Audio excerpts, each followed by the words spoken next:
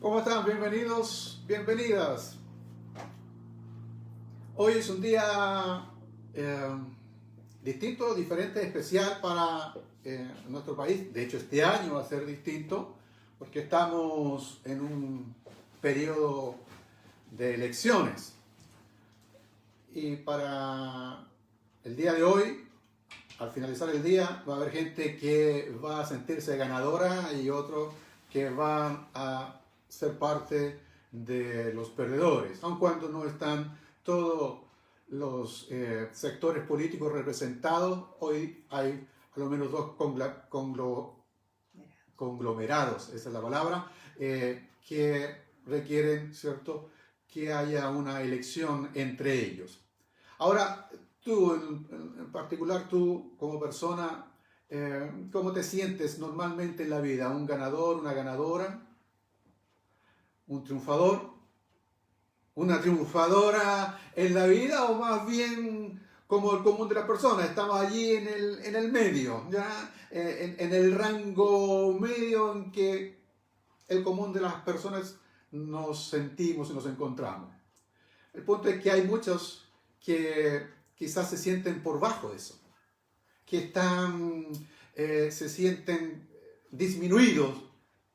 La pregunta es, ¿qué se necesita para triunfar en esta vida? ¿Qué se requiere para triunfar en nuestro mundo? ¿Un buen apellido?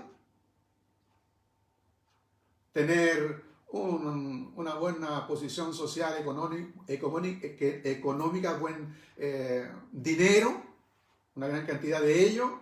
Nuestra cultura, entre otras cosas, valora el talento, ese talento innato, ¿cierto? Hay mucha gente que logra triunfar en nuestra sociedad porque nacen con una capacidad, ya sea en el arte, en el deporte, así que un talento innato y que les hace sobresalir. En nuestra cultura también la atracción sexual también es forma que privilegia a algunos y logran sentirse triunfadores y pueden salir adelante y se pueden sentir ganadores o ganadoras. Y otro sector que lo hace a través de su intelecto, ¿no? Los inteligentes que logran salir. ¿Cuál de estas cosas tienes? ¿Con cuál de estas cosas podría sobresalir? ¿Todas? ¿Ninguna? Esto no es solo ahora, fíjate. Ha sido de siempre, ¿ya? De hecho, los héroes de la mitología griega, ellos derrochaban este tema de la belleza, la fuerza, la inteligencia, y gran parte de nuestros patrones,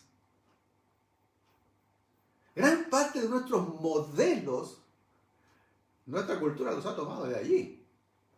Quizás por eso sorprenda tanto la historia que cuenta Jesús, porque son atípicas, van contra esta, es contracultura en realidad. Todas las veces que Jesús contó algo, sus héroes eran casi antihéroes. No eran los que iban a ser considerados como ganadores ni triunfadores en las historias que él cuenta.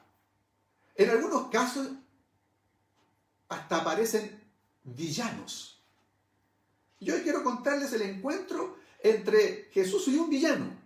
Como todas las otras historias que cuenta Jesús, sus personajes principales no es el correctito, el que siempre obedece, no es el que, como el hermano mayor, que siempre cumplió con su padre. El personaje principal de su historia es el hermano que se va, que se descarría, que malgasta todo lo que tiene, que pide su herencia. En su historia no era la persona pudiente que tenía allí, vivía en un palacete, sino un pobre moribundo que los perros lamían sus llagas, sentado a la puerta de la casa de este rico. Ese es el personaje principal. Finalmente, cuando uno ve las historias de Jesús, no son los personajes religiosos ni los sacerdotes los importantes, es el samaritano, el que era despreciado. Y así Son sus historias, pero no tan solo sus historias, sino las personas con las que él se relacionaba. Como que Jesús tenía un imán y atraía esta clase de personas por una extraña razón. Este tipo de personas que podrían haber sido los fracasados, no los ganadores. Eran los que venían a Jesús, los atraía. No venía la gente de la élite religiosa. Todo lo contrario, lo que ellos rechazaban socialmente son las personas que venían y acudían a Jesús. Una mujer mestiza como una samaritana, por ejemplo, que tenía un pasado, por lo menos para no sentirse no muy orgullosa de su pasado, son de las personas que se acercó a Jesús. Un pobre ciego que allí en la vera del camino, esperando la limosna de alguien, son las personas que se acercaron a Jesús. Los leprosos que están rechazados en la sociedad son los que se acercaron a Jesús, que viven en la periferia de la ciudad. Un soldado romano despreciado por los judíos es el que se acerca a Jesús. Y también, como en la historia de hoy, va a ser un villano que es un cobrador de impuestos. La historia que está relatada en el libro de Lucas capítulo 19, por si quieres buscarla, ahí está, Lucas 19, nos cuenta la historia de algo que ocurre en la ciudad de Jericó. Jericó es una ciudad para el tiempo de Jesús muy importante, de mucha riqueza. Está ubicada en el Valle del Jordán. Tenía, nos cuentan los historiadores, un gran palmeral, muchas palmeras, un bosque de balsameras. Tanto era que el aroma a kilómetros de distancia se podía percibir de esa sensación grata. Sus jardines de rosas, miren, para las mujeres que les gusta esto, tenía jardines de rosas hermosas, eran muy célebres. La llamaban incluso la ciudad de las palmeras. Josefo, un historiador romano, dice que era una región divina, la más fértil de Palestina. De tal forma que los romanos comercializaron e hicieron famosos sus dátiles, sus bálsamos. Era un pequeño paraíso, en palabras de Josefo. Herodes el Grande, ¿te acuerdas de él? El que mandó a matar a todos los niños. Bueno, él junto con su hijo construyeron allí en Jericó un palacio para ir a pasar el invierno. Así que era un palacio enorme que había mandado a construir. Y no tan solo eso. Construyeron allí ellos un teatro y un hipódromo. Así que allí tenían carreras de caballo en tiempos de Jesús en Jericó. Así que te puedes imaginar esta ciudad. Es una ciudad grande, portentosa. Todo esto convirtió en Jericó en uno de los principales centros. ¿Para qué? Para cobrar impuestos. Impuestos para el Imperio Romano. Bueno, en esa ciudad vivía alguien llamado Zaqueo, cuyo nombre tal vez no va a calzar con lo que él era como persona. Su nombre significa el puro, el justo. Quédate con eso. El justo, el puro. Bueno, él era el jefe de los cobradores de impuestos. Y resulta que los cobradores de impuestos eran personas más bien impopulares, no deseadas en Israel. A los judíos que optaban por trabajar en esto, para trabajar para el Imperio Romano, se les consideraba traidores. Era sabido que todo el mundo, que los cobradores de impuestos se enriquecían a expensas de sus propios compatriotas, porque no cobraban lo que era justo. Ahora, el sueldo se lo tenían que hacer precisamente con lo que ellos cobraban. Y más encima de trabajar, imagínate un nacionalista, sabiendo que su vecino es un cobrador de impuestos. Nunca en la vida ha sido grato pagar impuestos, pero allí está. Estos eran realmente personas que no eran gratas absolutamente. Y Zaqueo era uno de ellos. Pero no tan solo era un cobrador de impuestos. Toma atención, era el jefe de ellos. El jefe de la región. Así que dice la Escritura que era rico. Pero el problema es que, además de ser rico, no era feliz. Se nota en su historia. No se sentía completo, no se sentía totalmente lleno. Es un hombre inquieto, sí, y muestra una gran sed espiritual, pero se sentía absolutamente solo. En esa condición, solo. ¿Quién quiere estar con una persona como esa? Su profesión en sí lo convertía en un renegado. Ahora, él había escuchado hablar de Jesús. Sin duda, había escuchado hablar de él, porque quiso saber quién era.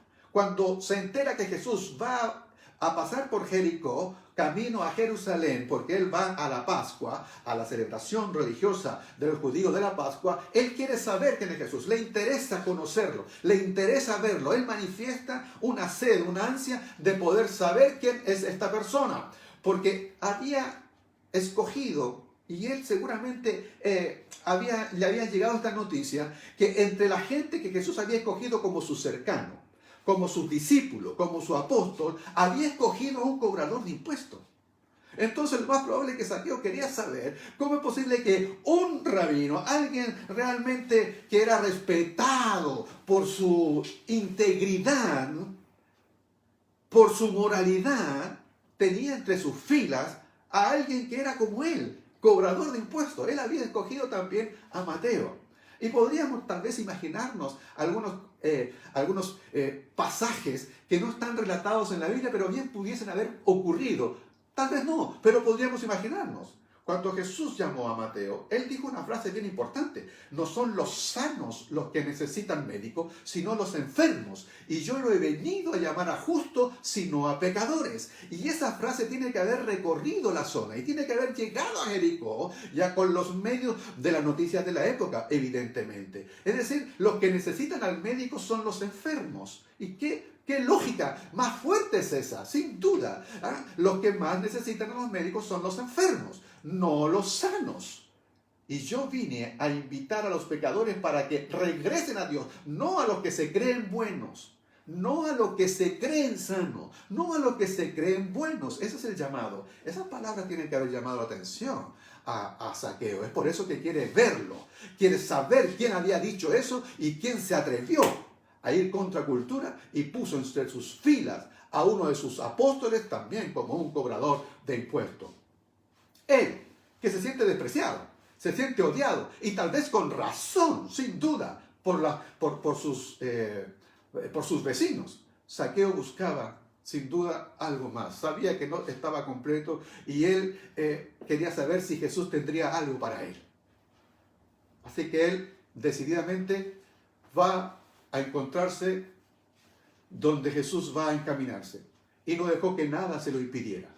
Él decidió mezclarse entre la gente, entre la multitud, porque quería ver si Jesús tenía algo para él. Y tal vez, sin duda, se arriesgó muchísimo, porque era la oportunidad en que mucha gente, tal vez en medio de la multitud, le daría sus buenos golpes, sus buenas patadas, pero tenía un tema además en contra.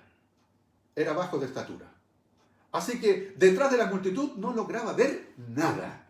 Todo en contra. Es decir, hay multitud, no es aceptado. Y para el colmo es de baja estatura. Así que no puede ver nada. Yo me imagino a Zaqueo tratando de saltar a ver si lograba ver la persona que era llamado Jesucristo, el predicador.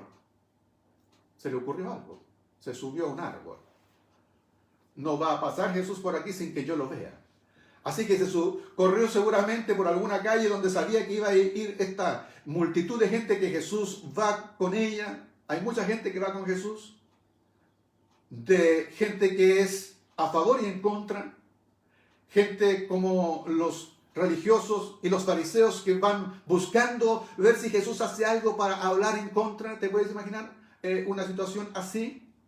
Esto es como hoy en la mañana, yo vi muchos candidatos que las cámaras de televisión tratando de captar una imagen, una respuesta, mientras ellos van a su local de votación para ir y ver incluso los gestos que vemos en todas las votaciones. Lo importante es que cuando entra a la casilla y dobla su voto y lo pone allí, y lo vemos en todas, pero y tratan de poder sacar de allí algún comentario respecto de su voto y de la invitación para que todos nosotros participemos en ello. Así, imagínate el caso de Jesús. Él no va por una votación, él va para una fiesta religiosa, pero va rodeado de gente que está a favor y en contra. De gente que quiere pillarlo en algo.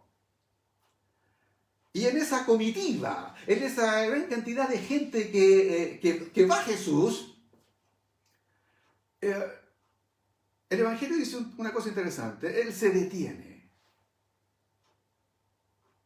Hace un alto en el camino. Y levanta la vista. A lo mejor, pensémoslo en términos actuales, sus asesores le dirían: Jesús, muévete, muévete, avanza, avanza, aquí puede haber algún peligro, no te detengas, hay gente que se puede salir lastimada, sigamos avanzando, estamos en una zona muy estrecha, etcétera, etcétera. Pero Jesús no es un candidato, o no es como esos candidatos. Le interesa la persona. Y no está tan preocupado de que alguien le saque una fotografía o le tome algunas palabras que pueda ser mal interpretada. No está en eso. Él le interesa la necesidad del corazón humano. Y levanta entonces la vista y ve a este villano allí, villano para toda esa región, pero percibe esa sed espiritual, esa hambre. Y curiosamente, no dice cómo, pero lo llama por su nombre. ¿Te puedes imaginar eso? Que alguien, sin saber, nunca te habías encontrado, te llame por tu nombre. Y le dice: Zaqueo. Cuando Jesús se detiene y lo llama, te puedes imaginar la impresión de este hombre allí, arriba de ese árbol, tratando simplemente de verlo, ¿ya? Bájate ahora mismo, le dice Jesús a Zaqueo, porque quiero hospedarme en tu casa. Hay oportunidades en la vida que tú no te las puedes perder. Tal vez te has levantado alguna vez en algún día en que, como dices, este día parece que lo siento como distinto, como que lo siento diferente, algo va a ocurrir este día, no me puedo perderlo, y estás siempre así expectante, atento a lo que va a ocurrir. Quizás allí Zaqueo también despertó distinto, despertó diferente, algo distinto va a ocurrir. Y cuando Jesús le dice eso, le dice: mira, tengo que quedarme hoy en tu casa. Esto no puede ser para mañana ni pasado mañana, esto es para hoy. Hoy día es los elementos de la naturaleza, cada planeta, cada cosa se ha movido para que hoy día yo me encuentre contigo. No fue casualidad que yo pasara por esta calle, no es casualidad que tú te hayas subido allí. Dios quiere entrar en contacto contigo, pero este contacto es hoy. Zaqueo, es hoy. Bájate, hazlo a prisa, no podemos perder un segundo. Mira, yo me imagino a los asesores de Jesús: Señor, ¿cómo se te ocurre eso? El tiempo moderno, mira, si quieres sácate una selfie con él y con eso basta, sigamos. ¿Quién te vas a detener por alguien así que te va a bajar el rating, Jesús? Te lo digo, te lo advierto. Tal vez unos discípulos dijeron: cuando te vean que te juntes con alguien que no está siendo aceptado en la sociedad, no te va a traer votos, no te va a traer puntos, eso no te va a ayudar. Le podrían decir en tiempos modernos a Jesús: Zaqueo no es un buen partido para nosotros. Alinearte con Zaqueo no es una buena opción. Jesús, por favor, piénsalo bien. Mira, si quieres, nosotros le entregaremos una carta de invitación para que él vaya con nosotros alguna vez a alguna parte y ya luego nos olvidemos, pero no te juntes con él, por favor, Jesús, no te juntes con él. Jesús evidentemente no está en esa. No es de esa clase de personas. Y a él le interesa aquellos que nadie muestra interés por ello. Puede ser alguien totalmente sumido en la pobreza, como también alguien con mucha posibilidad social, mucha riqueza, pero finalmente el hambre y el sed espiritual del pobre también se manifiesta en el rico y en el poderoso. Y Jesús no lo va a despreciar. Más aún, se hace el invitado él mismo y le dice: hoy quiero yo hospedarme en tu casa. Zaqueo sin duda se siente sorprendido y él claramente corre y abre las puertas de su casa, porque nadie antes le había pedido eso, porque podían sentirse tal vez cómplices de este estafador, de este villano. Pero Jesús no tiene esas complejidades. No tiene esos complejos, no tiene esos problemas. Él va y entonces entra a la casa de Zaqueo. A pesar de que Zaqueo era un deshonesto, un traidor, Jesús lo amaba. Y en respuesta a esta pequeña persona, este pequeño recaudador de impuestos, ese encuentro logra hacer un cambio en Zaqueo. ¿Saben cuál es el problema que tiene la democracia? La democracia hoy día, que es lo que todos los candidatos defienden y también lo hago yo, creo que es a lo que hasta este minuto, y lo he dicho en otras ocasiones, es lo que el ser humano y las civilizaciones han podido idear para poder nosotros conducirnos y guiarnos a través de toda nuestra vivencia social. La democracia no es capaz de generar seres humanos con las habilidades que se requiere para vivir en democracia. ¿A qué me refiero? La democracia defenderá las libertades, los derechos, la vida, los derechos de las personas, la vida misma. Cuenta con personas honestas, pero la democracia en sí no lo puede generar. No puede lograr eso en las personas. Las requiere, las necesita, necesita esas habilidades para que efectivamente haya un buen pasar, un buen vivir, para vivir en paz. Pero la democracia en sí no lo puede generar. Por ello es que el cristianismo es superior, porque el cristianismo logra generar estos ciudadanos requeridos para esta sociedad. Y es por eso que el encuentro de Jesús con este villano logra y hace que esta persona cambie. Porque él dice, mira Jesús, después de la conversación con él, después de que nota el amor de Dios, él decide cambiar absolutamente y está dispuesto a entregar la mitad de sus bienes a quienes él había estafado, a los pobres. E incluso es más, está dispuesto a ir más allá de eso. Si alguien estafé, si alguien dañé, yo se lo voy a devolver quintuplicado, cuadruplicado.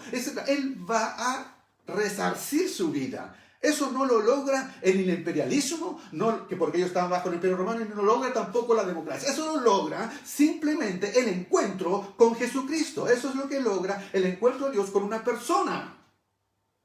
Y le dice, tengo que hoy quedarme en tu casa. En toda sociedad hay grupos de personas, ciertas personas que a veces las consideramos intocables. No nos vamos a relacionar con ellos, son inabordables, ya sea por su opinión política, por su conducta inmoral, por su forma de vivir, pero nosotros no debemos ceder a esa presión social, no podemos evadir a ese tipo de personas. Jesús los ama, los seguirá amando y Él está dispuesto aún a entrar en sus hogares. El reino de los cielos no está tan solo para los pobres, está para todas las personas. Él da dignidad al ser humano, dignidad y un propósito a cada persona.